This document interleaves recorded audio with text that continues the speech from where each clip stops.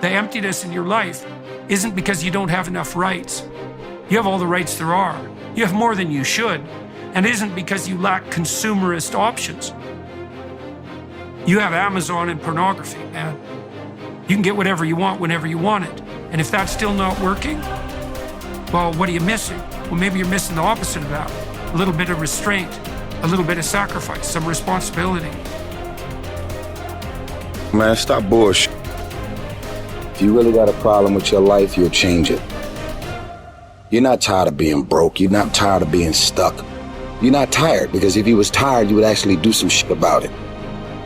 I'm tired of everybody running around complaining as if you're on the receiving end of whatever this world wants to dump on you and you don't have a choice. It's time to grow up, man. Excuses sound best to the person that's making them up. Anybody who is determined to do something, who wants something to be different, it will eventually be different. Everything around you is going to change as soon as you change the things around you. Change your mind and everything about your bank account, your surroundings, your environment will all change. If you're creative enough, can you find the answer? Yes or no? If you're determined enough, can you find the breakthrough? Yes or no? Creativity, decisiveness, passion.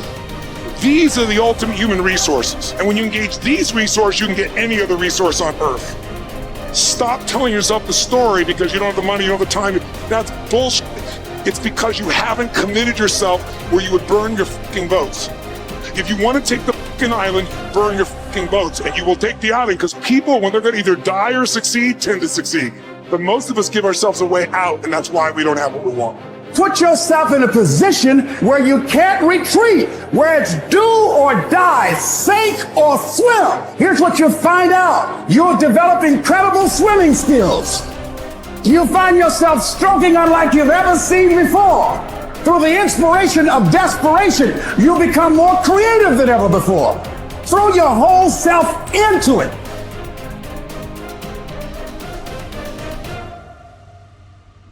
I'm talking about grit. I'm talking about endurance. Just having more stamina than they got. In order to get to the next level, you gotta sacrifice. You gotta take risks. You gotta be willing to do by faith whatever you're asked to do. Listen to me, there are no shortcuts to success.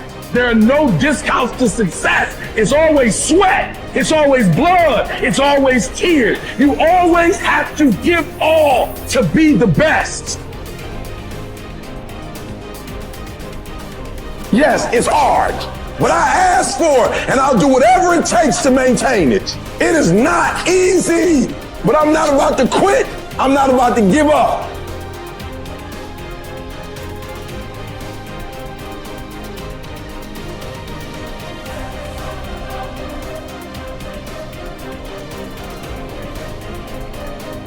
If you've explicitly formulated a set of goals and you're pursuing them, then you've adopted the responsibility to act in a certain manner to make those goals realize themselves. That's responsibility that you've adopted rather than responsibility that's being imposed on you, assuming that you've thought through the goals and you find your spirit in harmony with those goals.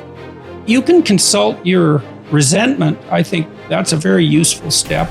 If you find yourself angry and bitter about the things that you are responsible for doing, then that's an indication that you might be operating under some unhealthy compulsion, that you're rebelling, and that's the reason for the resentment against the insistence that you act in a certain way. Although it's also possible that you're just immature and that you're rebelling against the discipline that's necessary to attain the goals that you genuinely do want to attain and that are valid and that you are actively engaged in constructing. So you have to get that straight, and some of that's a consequence of thought, and again, some of that's a consequence of discussion with other people with whom you're intimate enough to have a conversation like that. And perhaps they have conversations about similar things with you if you're fortunate. At the end of God's creation, describing how order emerges from chaos or being from potential, there's this strange line, which is probably the most important line that's ever been written in our culture, at the basis of our culture. And that is that men and women are made in the image of God. And what does that mean? Well, if God is that which confronts potential with truth and courage and makes what's good out of potential, that seems to indicate that we have the same faculty. Like on a smaller scale, we're not omniscient, but we're not bloody well nothing. You know, our conscious is integrally tied into the structure of being in some manner we don't understand. And it certainly is the case that we take what isn't and turn it into what is. That's something, man. That's quite the trick we've been able to manage. And so we're made in that image. And so what are we supposed to do? Well, that's what we're supposed to do. We're supposed to type our letters and make our phrases and construct our sentences and build our paragraphs and put our chapters together and make our books and communicate to people and straighten out the damn culture and constrain the malevolence and ignorance that besets each of us and push nature back and extend ourselves out into the unknown and confront the potential that's there in illimitable quantities and make the world better than it could be otherwise. To move it away from hell, and it can certainly become that, and toward heaven to the degree that we can manage that. And that is a good enough goal. That's the thing. You need something, you know, because your life is tough. It's hard. You need something that, you know, you need something to get out of bed for and fight for. And that's something, right? To fight, let's say, against hell and for heaven. That's something to fight for. You know, if you want to be convinced about this, like read a little bit about hell. Read the Gulag Archipelago, or read Ordinary Men, or read The Rape of Nanking, or read about what happened in Nazi Germany during Auschwitz and all the catastrophes of the 20th century, and see if you believe in hell, and see if you think, well, maybe not having that happen anymore would be a good idea. And then think about maybe that's something you could contribute to. And then it wouldn't have to happen anymore. And that would be a good thing, and God only knows what great things we could manage under such conditions. We're becoming incredibly technologically powerful. And what would it be like if we became equally wise? Well, that would really be something. God only knows what we could manage in the next 20 years or the next 100 years, you know? We're running at 40%, most of us, you know, because we're half in and half out. And it's not surprising because life is difficult. It's like, well, what if you were 90% in? Or 95% in, or all in, because you're all in anyways, right? It's a life and death game. No one gets out of this. Everyone dies. You might as well commit yourself. And you might as well commit yourself to the highest good that you can attain, because why not? It'll imbue your life with meaning. It's hard, the responsibility's there, but all the meaning's in the responsibility, and that'll make your life better. It'll make your family's life better. And it should make your culture better. Maybe it make the world better. It's like, that'll justify your damn miserable existence at 3 o'clock in the morning when you're wondering what the hell you're doing here. And that's a good thing, because there's going to be days when you're aching and tired and sore, and there's people in your family that are sick, and you're cynical and bitter, and you need a reason to get up, and you think, yeah, well, a little more heaven and a little less hell, maybe I can pull that off today and tomorrow and next week. And that's worth struggling forward for. A man who becomes conscious of the responsibility he bears toward a human being who affectionately waits for him, or to an unfinished work, will never be able to throw away his life. He knows the why for his existence and will be able to bear almost any how.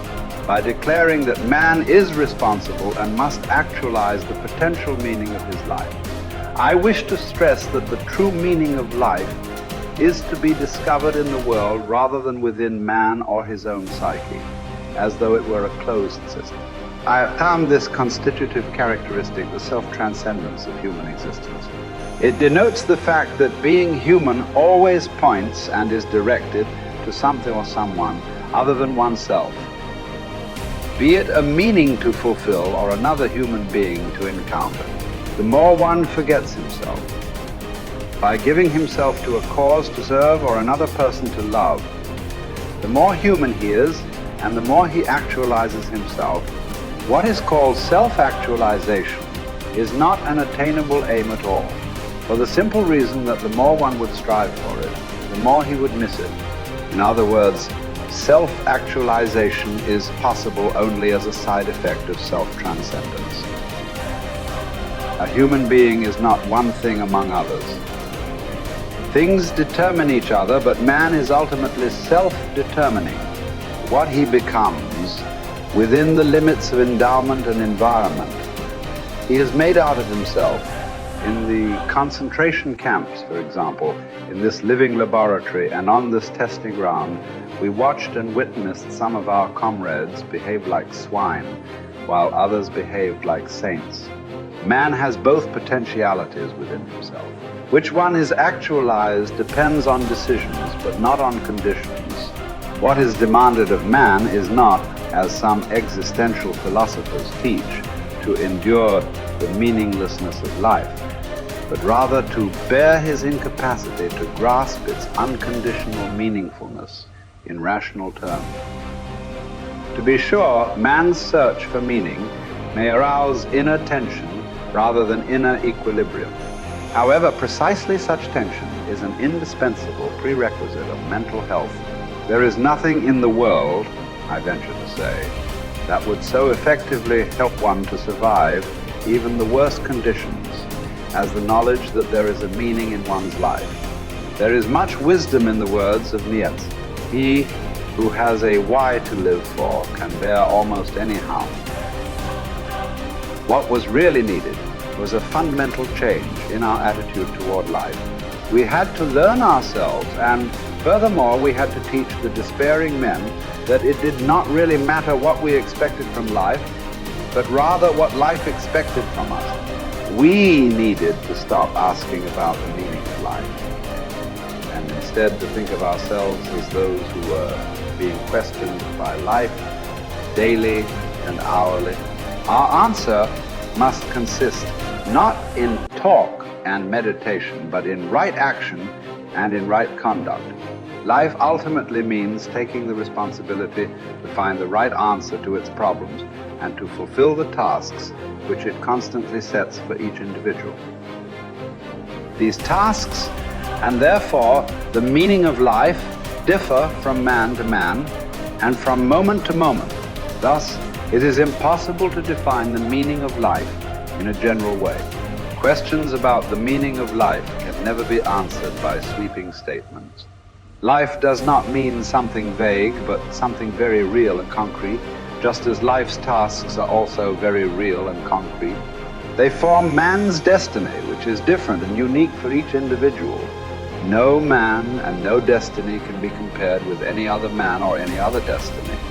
No situation repeats itself, and each situation calls for a different response. Sometimes the situation in which a man finds himself may require him to shape his own fate by action. At other times, it is more advantageous for him to make use of an opportunity for contemplation and to realize assets in this way. Sometimes man may be required simply to accept fate, to bear his cross. Every situation is distinguished by its uniqueness, and there is always only one right answer to the problem posed by the situation at hand. When a man finds that it is his destiny to suffer, he will have to accept his suffering as his task, his single and unique task. He will have to acknowledge the fact that even in suffering, he is unique and alone in the universe. No one can relieve him of his suffering or suffer in his place. His unique opportunity lies in the way in which he bears his burden.